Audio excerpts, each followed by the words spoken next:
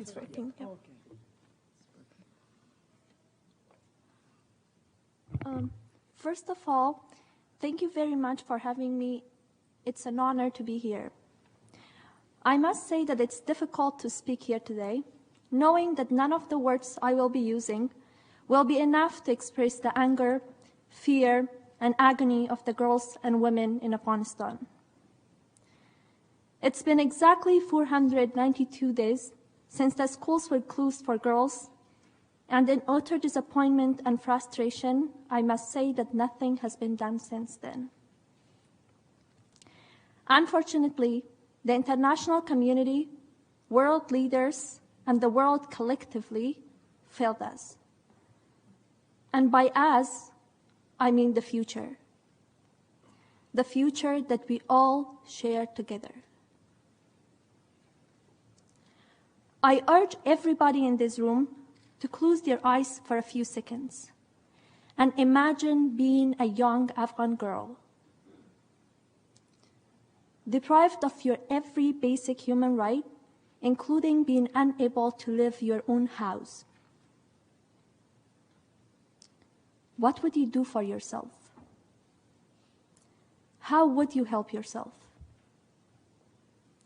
I want you to think of those girls as yourselves, and I want you to do for them what you would do for yourself, because it is your responsibility. I want the world to be there for my sisters. I want the world to fight for my sisters, because my sisters, all of them back home, are worth the fight.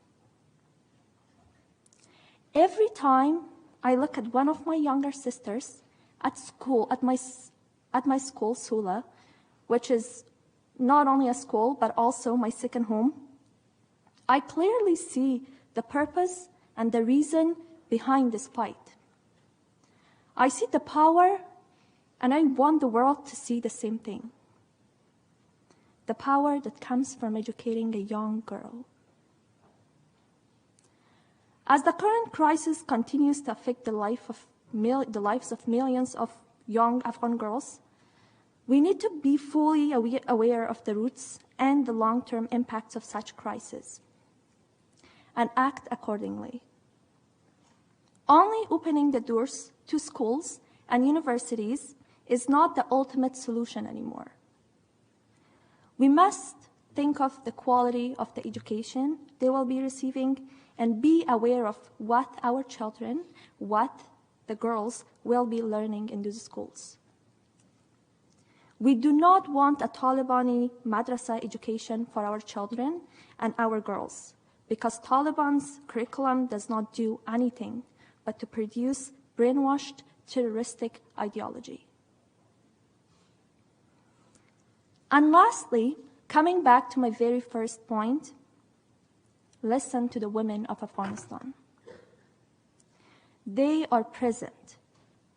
They protest every day on the streets of Kabul and all around the country, demanding education, justice, and equality. We just need to hear them. And I also want to ask every one of you in this room to be a voice for the girls and women in Afghanistan. And keep your governments accountable, because that is the very least we can do. I want the youth and all the young leaders around the world to feel responsible, to raise their voices, because just as Dr. Martin Luther King says, injustice anywhere is a threat to justice everywhere. Thank you.